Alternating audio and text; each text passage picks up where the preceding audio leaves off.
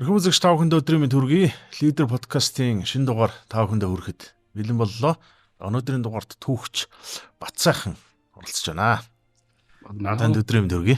Тэгэхээр та 8 дугаар богдын талаар түүхэн талаас нь Монголд судалсан одоо цөөн дооны хүмүүсийн нэг. Тийм учраас хоёул өнөөдрийн лидер подкастаар 8 дугаар богдын талаар ярина.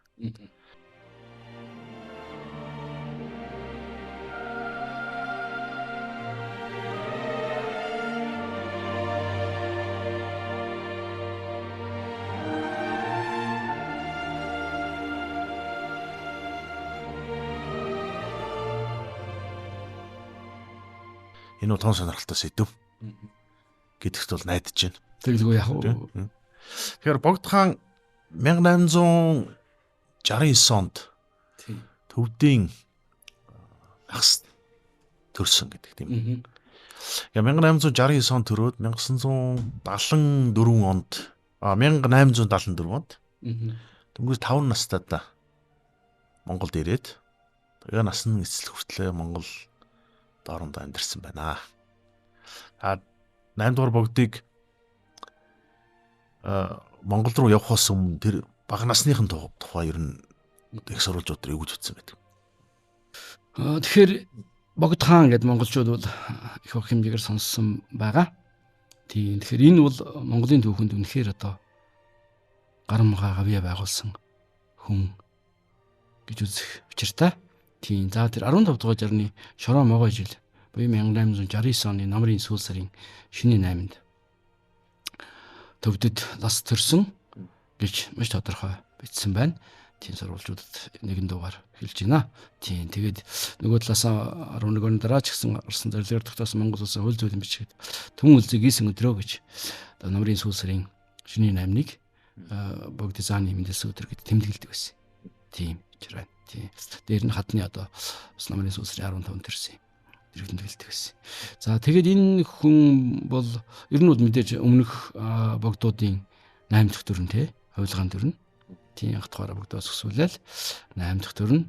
За төвдөөс ингээд залагдаж ирсэн олон процесс болж байгаа тодорж байгаа үйл явдал Монголоос тосч явж байгаа гэл тий одоог бодвол ингээл зам харахгүй ямар үлээ тэгэл олон зүйл болно доо тий 5 настай хүүхдийг тий эхлээд одоо яг 2-3 настай тодорсон 1871 онд тодорсон гэсэн мэдээлэл аваад тэгээд очиод тэр одоо Хүрээний даалам тэргүүдээ хүмүүс очив.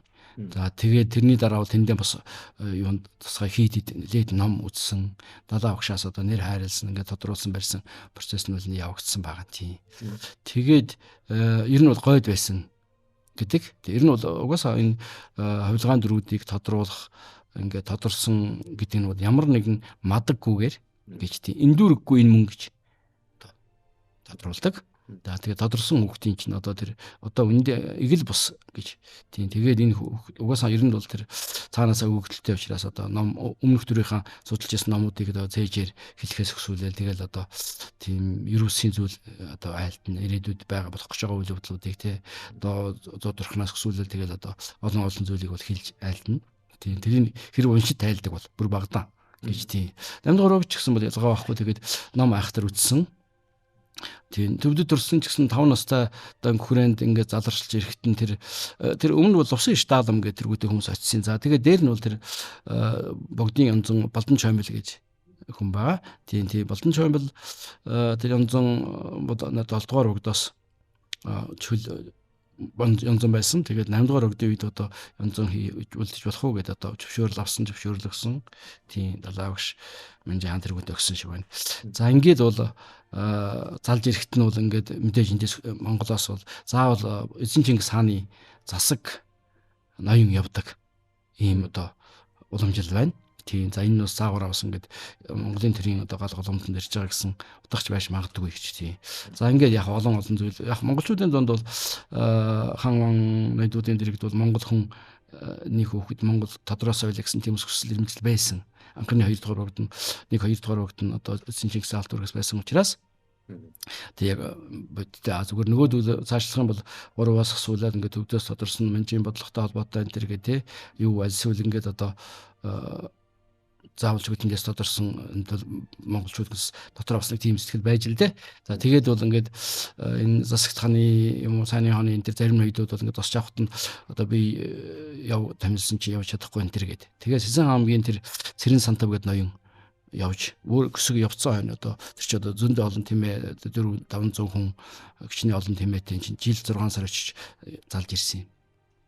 Тэгээд Сэсэн хааны тэр Цэрэн Сантав гэдэг засаг ноён араас нь өсгийг гүйсэж очоод тэгээд тосч авчирсан. Энэ Балдан Чоймбол тэр Онзон тэр Цэрэн Сантав засаг ноён хоёр бол богдыг авчирхад онцгой гарамгаа өөр гүйцэтгсэн. Үүнийхэн дараа бол богд том болоод ч гэсэн бол одоо өөрөө зарилгалын дэмээр гавьяар шагнал олгосон байгаа юм. Тэгээ Монголд ирээд ер нь шашны боловсролыг нь хэн зааж ирсэн. За тэгээд дэрэгт нь янз бүр байна. Богдын багш байна, Жефти багш байна, олон багш байна шүү дээ тий. Тэгээд монгол хэлний багш байна. Одоо төвд ном судар сурган дорн дахны сурган энэ төр гээд. За ингээд янзан гэдэг чинь бол богдын багш гэсэн үг ер нь бол.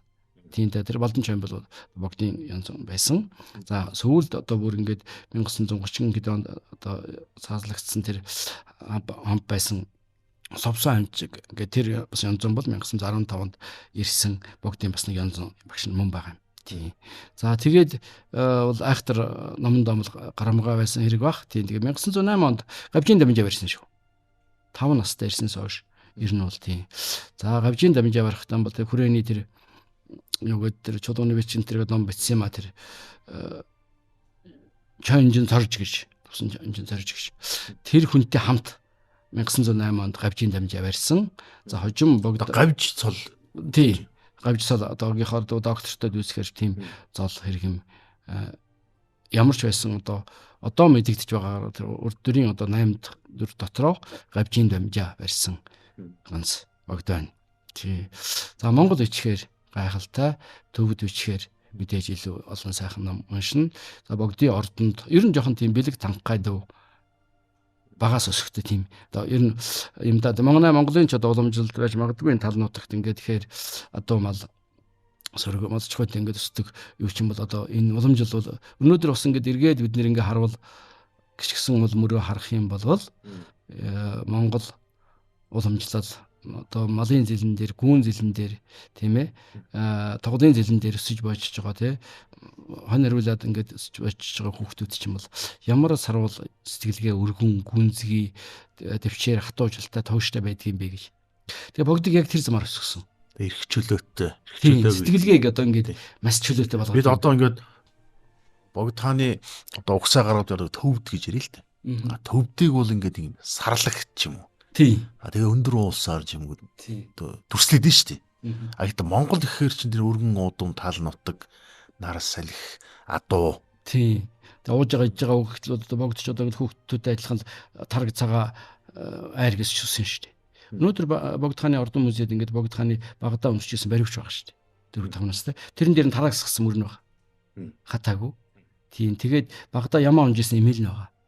Тийм эдэлж хэрглэжсэн зүйл. Тэгэл тэр бүгд бол үнэхээр нэг тийм Монгол болох юм. За аав ээж нь бол төвддөө үлдсэн үү? Үгүй долуул ирсэн. Бүгдээрээ аав ээж нь хамт ирсэн. Тийм ах トゥ долуул ингээд ирсэн. Бүгдээрээ одоо ер нь бол энэ 8 дугаар огт бол бүхэл амьдралаа одоо ухамсарт амьдралаа Монголын төлөө зориулсан ийм нэгэн ирснээс жилийн дараа аав нь таал болдсон. Жил гарангийн дараа бас нэг 7-8 жилийн дараа ээж нь таал болсон байна. Тийм. Тэгээд бол ах дүү бид бол Чойжин дүүн гэд мэдэн тийм ээ.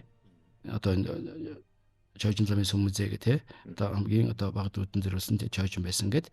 Тийм. За нөгөө одоо ах нь гэх юм бол одоо энэ юунд сууж ирсэн юм аа. Энэ одоо хаан хинтэй аймгийн тэнд байгаа Балдан Брэвийн хэд вэ шүү дээ. Тэнд одоо юунд дацсанд багшилж байсан. Гавжийн Дамжаа барьсан тийм номтой хүн байсан. Бүгдийн намтар энэ бичсэн байгаа. Богдыг Монголд залгадаж ирсэн тэр залуу хүүхэд байх үеийнхэн талаар одоо их сурвалжууд юу гэж хэлсэн баг. Тийм тэгээд ингээд 1874 оны 9 сарын 30-нд хүрээнд хөл тавилаа гэж бичсэн байна.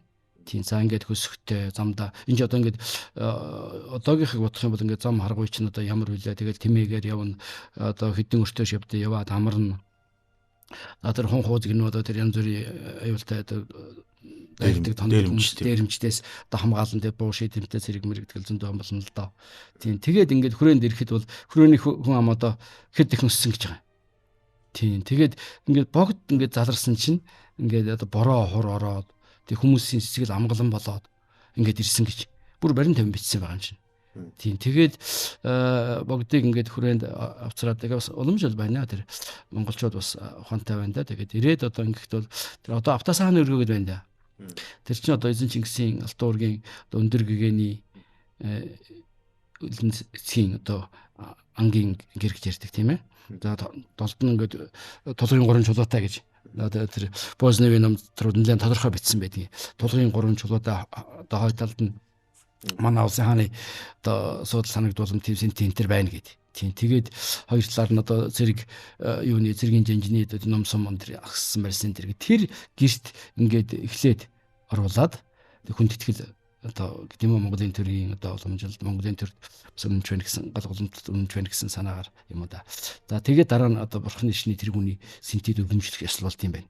Тийм. За ингээд бол өргөмжил болсон хэрэг богдын шар ордон чи Монгол улсын их сургуулийн 1 2 3 дугаар байрны орчин байсан ингээд томоо олон тийм гэр дугтамтай юм юу байсан байгаа гэдгийг бол бид хүн юунаас мэдх юм чи жигдэргуун зураг энтрээс нийслэхрээ зургаас тодорхой мэдх юм.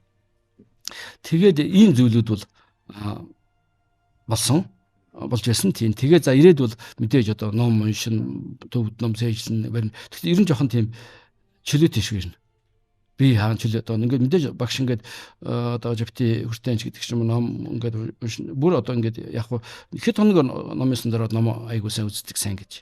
Нэг хэсэг гараад одоо чөлөөтэй мөр унаад ер нь бол одоо толгойн үсгэн дахиж узурагч байдгийг. Тийм тэгээд цуглуулсан эрдэнсийн сан тэр л одоо амтны хүрээлэн энтер гэд үзэх юм бол тэр би боддог зүгээр нэг энгийн номхон заан авчирч ирсэн. Заан тэр ч одоо зүгээр л том баригдах том юм тэр шүү дээ. Ямар тэр одоо юу гэж бодож чинь энэ богдын номд бол би нэлээд тодорхой бичсэн. Тэр л одоо хаа байсан тэр юуны Якутск Аляскч гэдэг юм уу энэ хавийн тэгээд эсвэл далайн аймагт ч гэдэг юм. Тэг 1901 онд одоогийн Германы Хамбургт байдаг амтны хүрээлэнгийн хүмүүстэй холбоо тогтоогод одоо ингэ шовны чихмэл хийж 1901 онд хийлгсэн гэдгийг тодорхой байна шүү дээ. Тийм тэгээд тэр одоо амтны хүрээлэнгүүд чинь чон байна, тэр маш олон шов байна, тэр л одоо заан бол хамгийн том нь.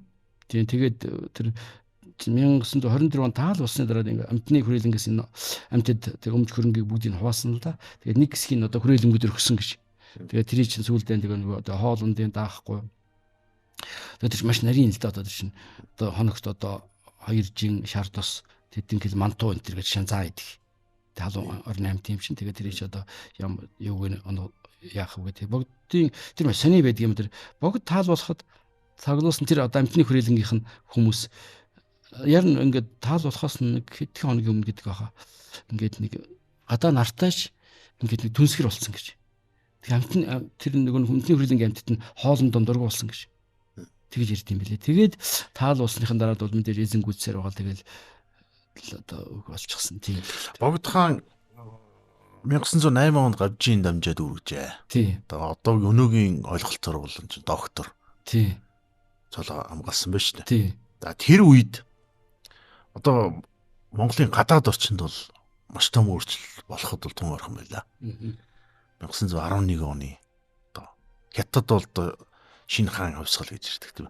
Өөрөөр хэлбэл манж гүрэн богд хаан бол Монголууд манж гүрний одоо харьяан гэх юм уу байх үед залагдж ирсэн байна. Тийм ээ. Тэгээд хүүхэд залуу нас нь бол Монголд ингээд хүүхэд насаа залуу өнгөрөөчихсөн тийм байлаа. Тэгээд хятад энэ гадаад орчинд өөрчлөгдлөө. Манж гүрэн бол мөхч юм уу? Тийм. Тэгээд тэр үед одоо Монголын язгууртнууд бол ер нь биднээ тусгаар тогтнох хэвээр, зарлах хэвээр гэдэг нэмийг л анх ярьж эхэлсэн байна юм. Энээс өмнө яригдж байгаа маа. 1800 ер нь бол богдын нэр хүнд нөлөө одоо 1893 онд 8 дугаар богдын одоо 25 насны ог тэмдэглэсэн. Тэгэхэд бол энэ богд бол бие даасан одоо энэ одоо хан ноёдуудаас том одоо утга тавилгаа зөндөө байж та одоо тэгэл одоо гарам доорн болох сүлэл тэгээ гавж интерес бол маш дээгүүр цолтой том настай томтой хүмүүс. Энэ бүхэнд захирагдахгүй өөрийн гэсэн толгойтой бие даасан байна гэж. Тэгээд бичиж байгаа юм. Энэ хүрээний ноёдын одоо цуглах тарах нь богдын ажигүйгээр болохгүй нэ гэж. Тийм тэгэхээр энэ хүн бол одоо маш нэр хүндлөлтөй бие даасан өөрийн гэсэн хоолойтой болжээ гэж. Лидер хүн байна. Тэгээд яг энэ бол нэгдүгээрт Бээжингээс эдийн засгийн хувьд хараат бус. Үе үеийн богдуудын цуглуулсан хөрөнгө. Ер нь бол яг богд гэхээр ч одоо бид нар бол яг за би ч бас ингээ ганцхан богдыг яриад байж магадгүй. Ингээд богдын институт гэж байгаа юм. Ер нь бол пирамидын орой гэж. Бурхны шинтэй Монгол бол 19-р зууны сүүл 20-р зууны их үеэр бидний одоо хамгийн том identity болсон зүйл бол шашин баг. Бурхны шашин. Одоо тэр алтан уурга нь байна уу? Одоо тэр тайж нь байна уу? Энгийн лам одоо юу ч гэдэг бүгдээрээ бурхны шинтэй болсон байсан. За бурхны шинтэй болоод бид нэр болсон номтой болсон маш олон судар ном ингээл одоо ялангуяа 17 дугаар зуунаас хойш ингээл луу алтан төвчөөс өсвөлээл ингээл одоо Чингис үеийн хасхвал түүх мөх чинь бид нэр зөндөө мэдсэн байгаа шүү дээ. Эрдэнэсийн сан юу Супашитээс өсвөлээл ингээл одоо ерөөсөн бүх л юмнууд ч одоо тийм асар их нэртийн түүх мөх гэдэг явж өгөн цааш нь тийм эрдний эрх энэ төргээл зөндөө. За ингээ үе үеийн богдуудын түүх бэгүү. За яг энэ дээр бол ингээд нөгөө энтхийг төвдийн гарал үүслээс нь ингээд явнаа. Мэдээж урагшаа ингээд тийм Чингис хааны үеийн түүхийн ч гэсэн зөндөө иш орж ирнэ. За ингээд бол монголчууд ч юм бол номтой болж байгаа хэрэг. Тийм. За ингэнгүүтээ ер нь бол ингээд энэ үед чинь ингээд тийм аа. Цэвэн жамсрын мэдсэн зүйл үүдээ. Одоо ингээд нөгөө нэг одоо цангасан одоо хүүхд залуучуудын очих дуртай газар бол сүм хід дасан болсон юм а гэж. За тэгээд монголчууд чинь бол эрэгтэй хүүхд гарвал лам болгодог гэсэн шүү. Заавалчгүй. За эн чинь бол одоогийнхоор эрэгтэй сургууль сургаж байгаа хэрэг шүү. Тийм. Тийм. За тэнд сурахаар яад юм гэхээр төв дүсэг юм уу одоо тэр монгол хүчиг байд юм уу тэр төв одоо бурхны шний ном сураад тархин задарж байгаа. Гүн ухаан амьдралын философи ойлгодог болж байгаа гэд. Хэрэг. За дээр нь бол одоо юу болж байна вэ гэхээр ингээд ирэхээр чинь олон улсын нөхцөл байдлыг за одоо чин гүрний асуудал юу болж байна вэ? Манж гүрэн яаж байна вэ гэдэг. За энэ богд гэдэг чинь бас одоо угаасаа энэ чинь бол ингээд хуйлтай хэдэн жил болоод манжи хаанд очиж хүндэтгэл илэрхийлэх хүчтэй. Нэг шудаа бийж очив. Дуудахт нь очив. Одоо бийж тий 8 дугаар бийж хилээр ирсэн гээд урдаасаа бэлэгсэлд хүн явуулаад сэжиг өгөхийг хүн өрүүлэхэд явчихад байсан гэдэг бүр байрын 50 бичсэн зүйл байна шүү дээ. Тийм за ингээд бичсэн чинь тэр одоо Оросын хүмүүсийн зохиол судлалт юм дээр байна. 3 дугаар богдоос хашхуулаад за 7 дугаар богд хүртэл ингээд 5 богдын нас дунджаар 110 баг. 22 байх шүү дээ. Тэгээд одоо энэ яад ингээд 22 залуудаад орь залуудаад өгч. Тэгээд зарим жоохон дэш тоош байдیں۔ Тэгээд энэ ямар учиртай вэ гэдгсэн чинь за ингээд одоо ер нь яг ингээд богдуудыг чинь багтан тодруулна.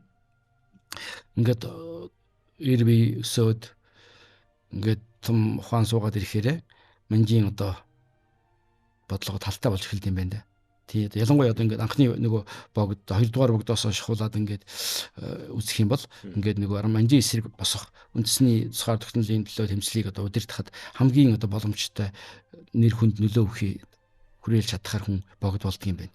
Тэгэнгүүт нь багдан тодруулахаар бол манжид бол одоохонд халгүй байд юм байна. За 20 мөр нас болоод юм ингээд том болоод ирэхээр асуултаа болдго юм. Тэгэнгүүт нь ингээд одоо Бээжинд дуудаж манжи хаанд одоо бараалах учиртай тэр одоо шар сүмхийд орох учиртай гэж.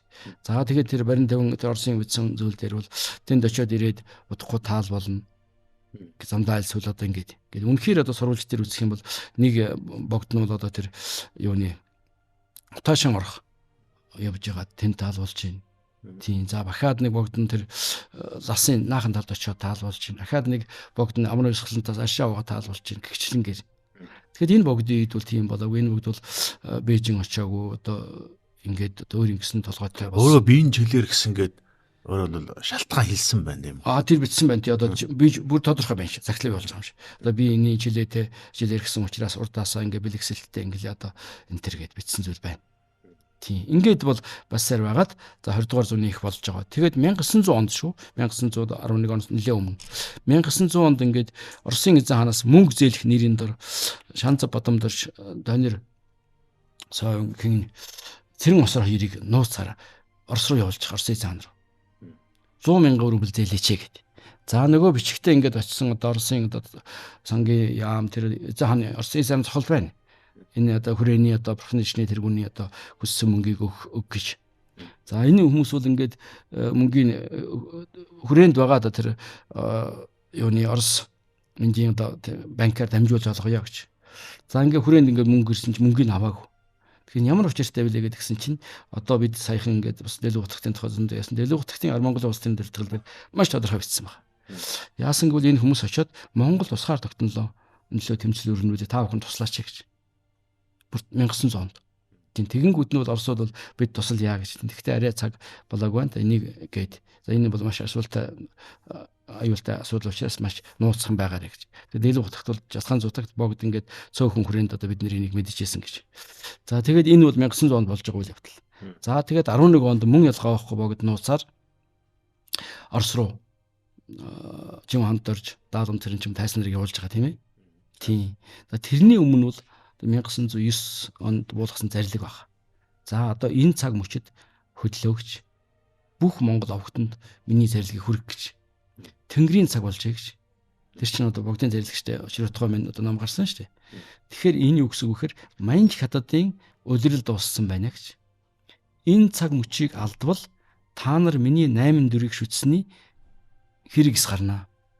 Энэ цаг мөчид хөдөлж тусгаар тогтнол эрхчлөө энэ эзэн өөрийнхөө газар эзэн суух хэрэгтэй гэж. Энэ бол одоо Тэнгэрийн цаг болоо гэдэг одоо маш тодорхой болсон айл зарлиг байх юм. За ингээд бол хот хөдөө ингээд бүхэл одоо хшуунтаар бол зарлал хүрнэ. За ингээд мэдээж хүрээнд бол Манж амбан сайд байна. Тий Улаастан жанжин тэн сууж ин хятад түшмэл хятад цэргүүд байгаа ингээд. Тэгэхээр энд бол одоо сонин юм болсон юм байна. Бид нар бол яг ингээд зөвхөн нөгөө юу яасан гээд хойдлын харуулуудыг одоо Монгол харуул байсан ч хятад харуулаар сольсон. Тэгээ шинэ засгийн бодлого явуулсан барьсан гэж ингээд тайлбарладаг байхгүй юу? Тэгсэн чинь одоо нийтдээ 18 хороо байгуулсан гэж байна. Тэр одоо Манжин амбан санд хүрээнд. Тийм монголчуудын одоо өмөр явж ирсэн одоо тэр амьдрал ахуй зан заншил бүх юм одоо өөрчлөхөөр. Тэгэхээр энэ дээр бол монголчуудад үнэхээр дургуутсан юм байна.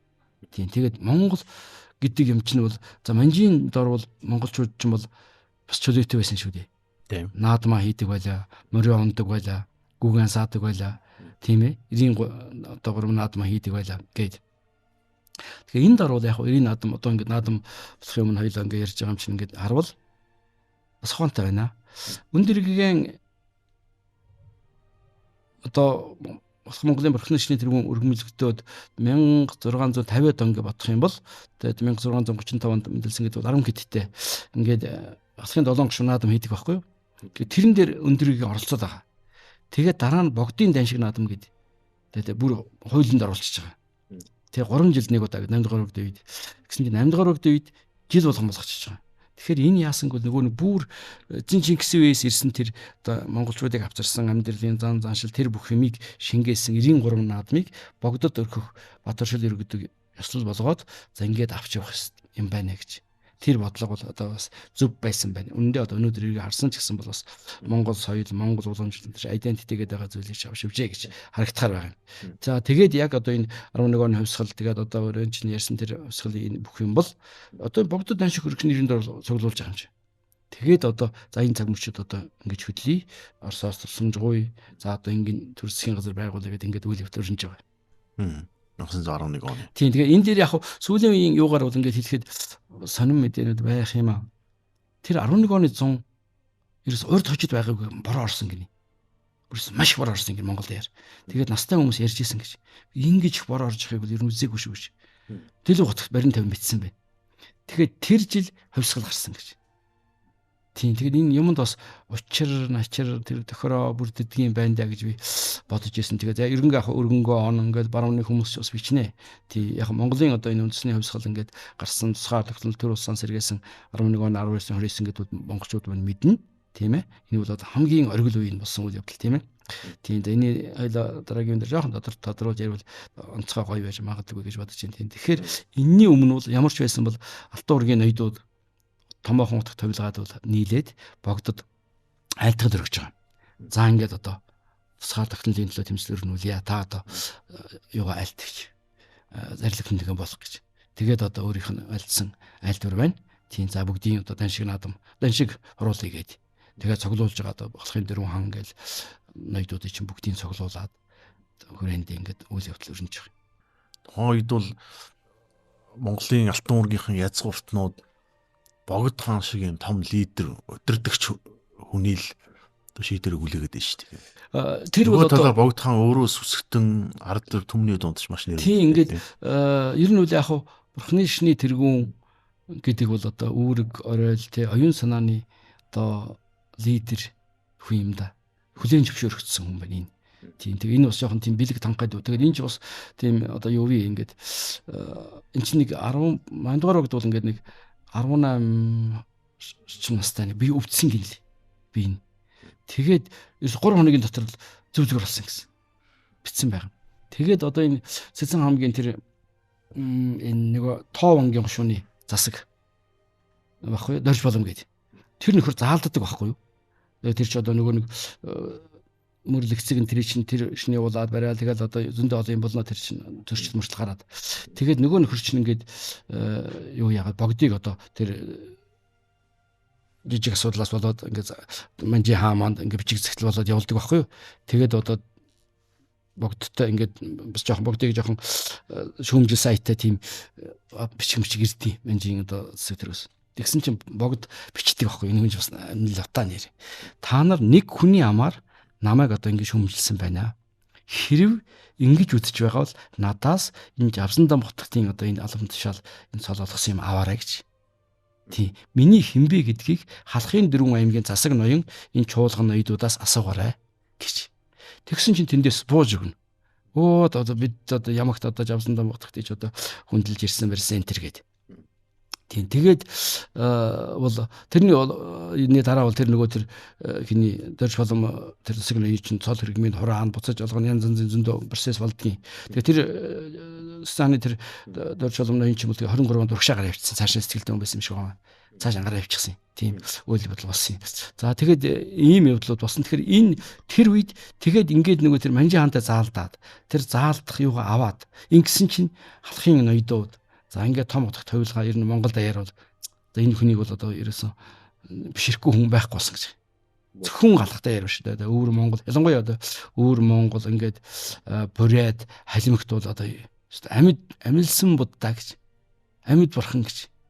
Тэр бүр барин 50 ингээд орчуулагч хийжсэнтэй Коростовс богд хаан хоёрын хооронд ингээд дундан зогсожсэн Цэрэмпил гэдэг хүн дундан зогсоод орчуулсан юм.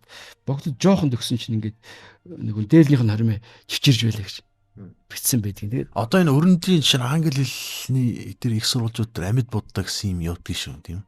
Байн тэр нэр тийм ливинг буддаа. Амьд буддаа одоо энэ хүний чинь тэгж одоо шихмлэн дээдэлж тэгж хүлээж авч байсан байгаа.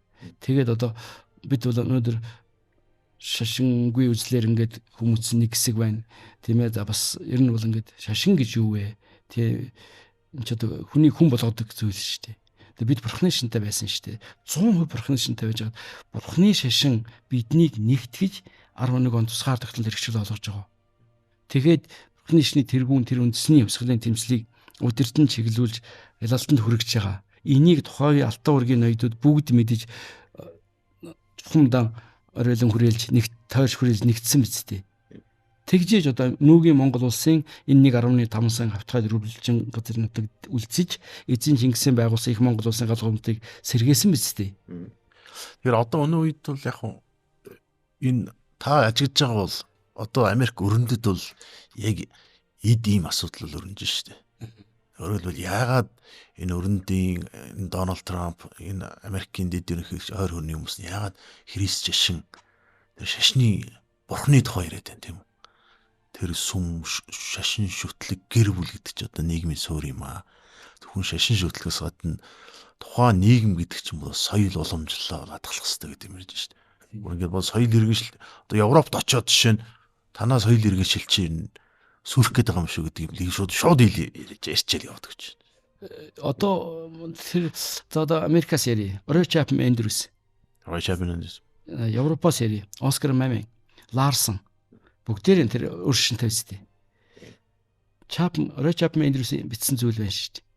Би хайж явсан орноо оллоо гэж энэ Монгол гэдэг чинь ямар одоо миний хайж явсан орон энэ байна штэ гэдэг одоо сэтгэл багтан бичсэн зүйл байна.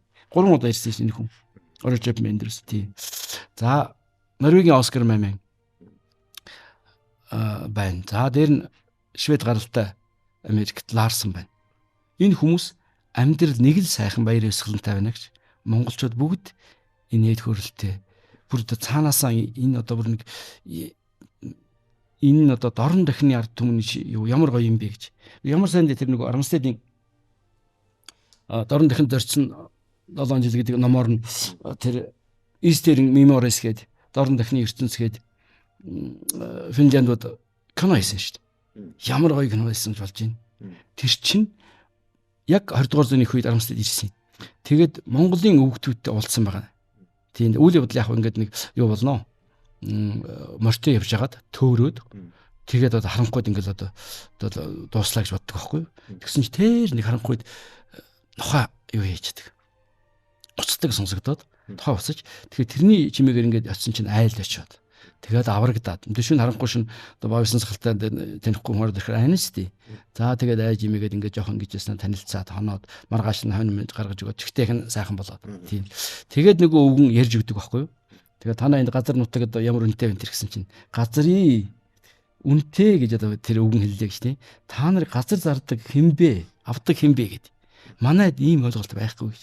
Тэгээд Рамсэлж байгаа. Энэ нутгийн өвөг дээдс энэ газар дэлхийн эзэн юм байна гэж. Бүр тэр тэгээд ойлголт тэр нөгөө одоо амьдралын утга учир философи амьдрал өөр гэдгийг тэр кинонд харуулж байгаа. Тэгээд 20 дугаар зууны үеийн одоо монголчууд бол өөрөө өөртөө эзэн юм байна гэдгийг энэ газар нутгийнхаа дэлхийг өөрийнхөө авч явж байгаа итгэл үнэмшил бүх юмнууд өөр байна гэж харуулж байгаа тийм кино хийсэн байхгүй юу. Тэгээд тэр 4 оронд авсан. Монгол, Солонгос, Япон, Хятад гээд. Тэгээд Монголын тал нутгаар явж байгаа тухай ингээл одоо тий одоо Финлянд кино юм байна. Тий хийсэн кино юунд гайхалтай тийм кино байдгийн. Тэгээд харьцуулж харуулсан. Тэр одоо ингээд Монголын тал хээр нутагт одоо ямар чөлөөтэй өсдөг юм байна ингээл тамигдтаад одоо програм бариад давхиж байгаа зураг дээр тэрэнд орно 20 дугаар зууны үеийн Монголын өвгний ярьж байгаа яриг ингэж оруулаад тийм хийсэн кино. Тэгээ би боддог байхгүй. Бид нэр өөрийнхөө юмыг нэг эргэж болтгой сэргээх юмсан да. Ядаж нэг таниулах юмсан да. Өөрийгөө таних хэрэгтэй шүү гэж. 1900 одоо 10-аад оны сүүлээр 17 онд Оросд хувьсгал гарлаа. Большевикууд засгийг нь гарсан. Ингээд Оросын иргэний дайнаас одоо цагаантнууд гэх юм уу? Тийм. Баруун өнгөр нь Монгол орж ирлээ. Энэ хүний талаарч ярих юм бол мэдээж урт түүх юу гарах бах тийм үү? Баруун өнгөр. Ер нь баруун өнгөр нь богдын хоорондын тэр харилцаа ямар байсан бэ? За яг энийг ярихын өмнө 11 оны 19-29 үйл явдлыг яг уншигч үзэгч олондоо бас хүргэх нь зүг байх гэж бодож байгаа. Энэ бол одоо орчин үеийн Монгол улсын үндэс суурийг тавьсан үйл явдал те. Богдыг Монгол улсын одоо эзэн ханаар хөнжүүлсэн төрийн томьёос болсон гэж. Тийм. Тэгэхээр яг тэр мөчөд монголчууд ерөөсөө хүрээнд цугларсан олон 100 мянган хүн цугласан гэж бичтiin одоо барин 50. Тийм. Тэгээд одоо маш олон хүн цугласан хамгийн гоёор одоо өмссөн байсан гэж байгаа. За тэр Норвегийн Оскар Мамины тэмдэглэлүүд өглөө 10 цагт очиод нар жаргахтал дөрвөн гадаад их юм бол зүүн талд нь А Б-г бичсэн баг. Бүр хаана юу ч ихсэж явна гэд тэрэн дотор байхгүй юм хүртэл байгаа шүү. Бидний одоо Монголын сурвалжт байхгүй юм.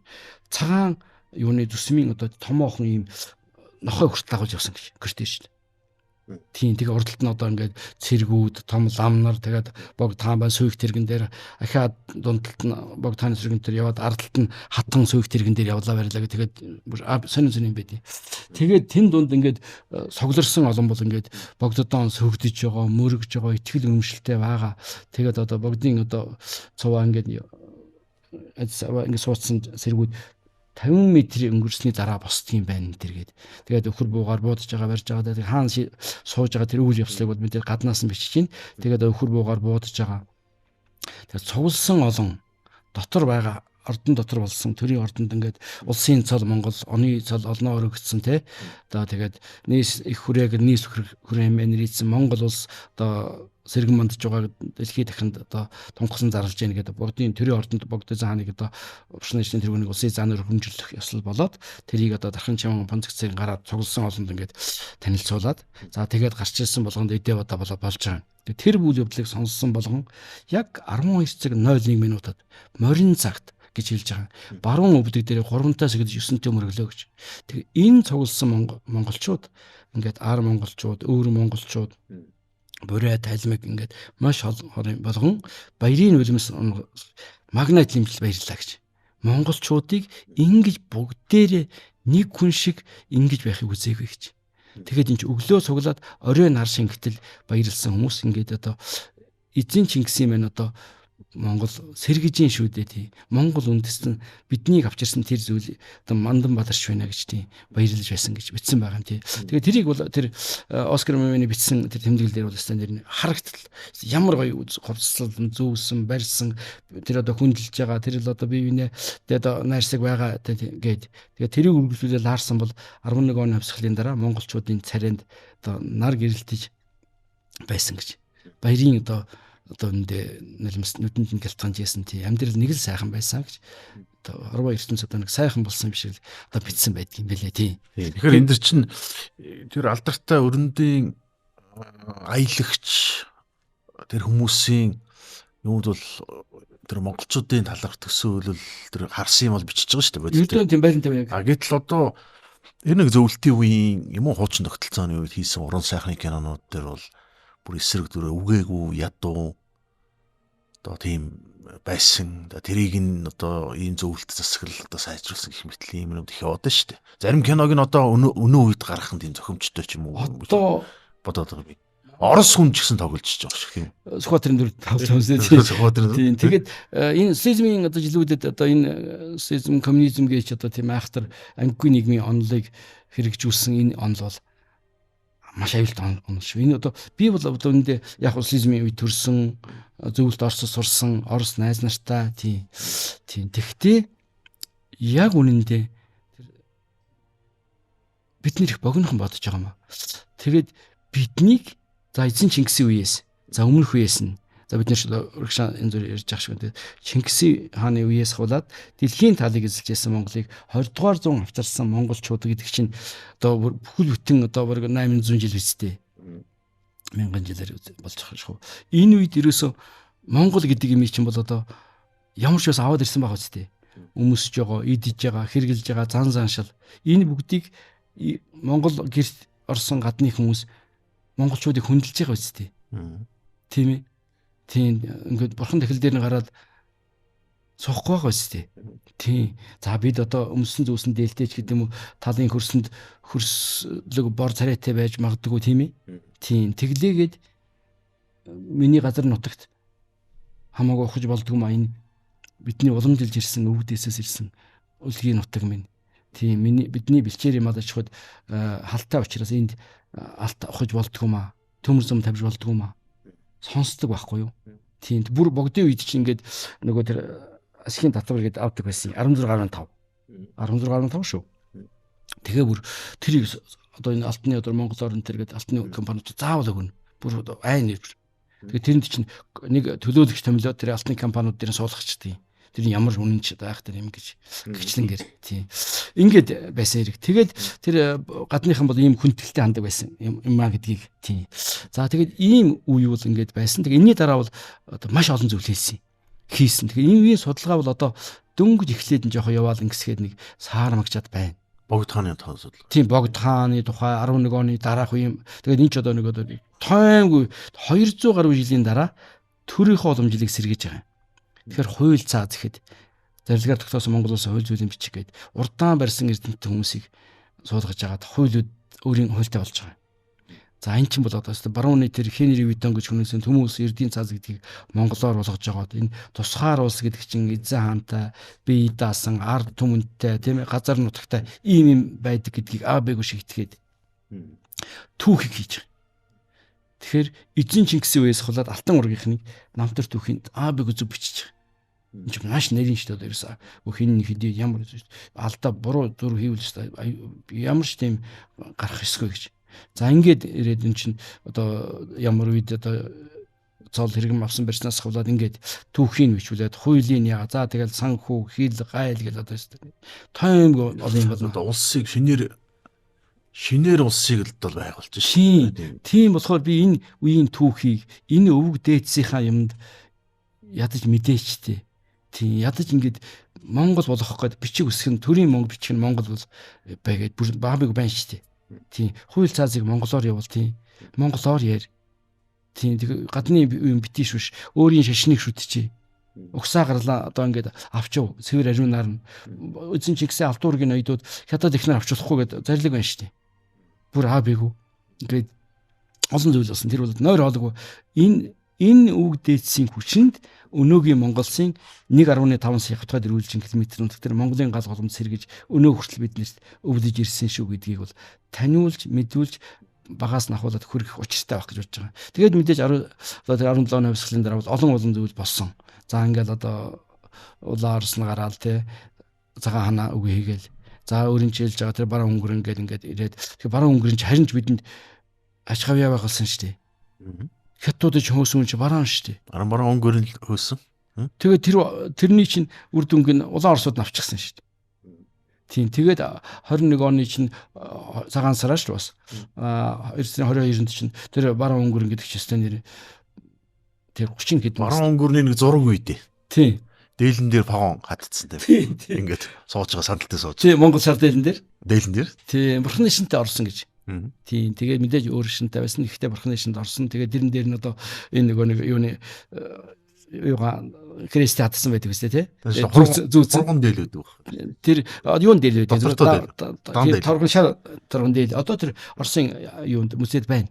Тэгээ манай Кузьмин ном дээр бүр очсон. Харин тэр 21 оны 9 сарын 15-нд Ново Николаевск сааслахтаа тэр дээлийн тайлуулсан юм шиг байна.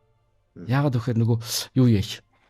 Одоо дээлийн ингээд манай Кузьми очиод зургийг авсан чинь цоорхо биш нэг. Тэгэхээр дээлтэй буудаг байх. Дээлтэй буудаг хүн. Тийм байх гэдэг нь тийм байна. Тэгээ зүгээр тэр байсаалтан дээр бол дээлтэй байсан гэдгийг бол одоо тодорхой зураг өрг байдгийн тийм. Тэгэхээр ийм зүйл болсон. Тэгээд эн чинь хэн бидэнд үнэн туслав дараа нь дөвзөл сартаар түүх маань хаашаа ирэв хэн одоо үнд сухсааг үгүй хийв гэх тийм ээ. Тийм тэгэхээр одоо энэ тэр айхтар тэр үзэл онол гэдэг чинь бол аюултай зүйл байдаг юм шиг. Тэр коммунизмын онол гэдэг чинь одоо ингээл хичнээн олон одоо Оросын одоо хүүгүүдийг үгүйсэн. Хичнээн Монголын 5 ерөнхий сайдыг зөвлөж бол Орос өөрсдийгөө одоо олон 10 саяар нь одоо тэгсэн шүү дээ. Сүйдэлсэн байхгүй ерөөсөн. Аюултай болсон. Тэгэхээр би одоо анзаарч хахад одоо Оросууд одоо мэдээж коммунизм үлгийндэг байлаа шүү дээ. Одоо Екатерина 2-ын тухай, Петр 1-ийн тухай кино хийгээд байгаа шүү дээ. Кино юу? Манайд байна уу? Адмирал Колчакын тухай кино хийж байна. 10 ангитай кино. Би энийг бол их олон удаа юу н ажигласан л та. Ажиглаад. Одоо энэ чинь Оросын кино үйлдвэрлэл ингээд та бодоход бол төрийн маш их дэмжигтэй шүү дээ. Оросын нөгөө соёлын яамны санхүүжилтээр кино хийлээ. Айгуу дэлхийн 2 дугаар дайны тухай кинонууд байна. Гэтэл тэр иргэний дайны үеийн тэр цагаан цэргийн том генерал адмирал одоо өнөөдөр дахин одоо танилцуулж шүү дээ. Тийм одоо тэгэл одоо тэр чинь буруу байсан гэдгийг хэлээд шүү дээ. Тэгээд тэндээс харсан тэр киног үзсэн хүн пролетар гэдэг чинь тэр Колчак эсрэг тэр дээрэм томнууд хийж байгаа ямар амар хүн бэ гэж тэндээс мэдэж авч. Оросууд өөрсдөө хийсэн шүү дээ. Тийм. Тэр киноны нэг хэсэг нь байгаа шүү дээ. Би Колчакын тухай тийм үү? Тийм. Тэр большевикууд тийм ажилчин гаралтай зэргүүд тамхи татаал ингэж байгаа л баахан язууртнуудыг буутчаал. Тийм. Нэг мал амтан нэдэлж байгаа шиг ингээл явчихж байгаа. Тэгээд тэр киноны хэсгүүд дээр тэр цагаан ийм одоо дүрм товцтой офицерүүд тэр ордонд бүжиглж байгаа тийм. Юу оруулаад байгаа байхгүй.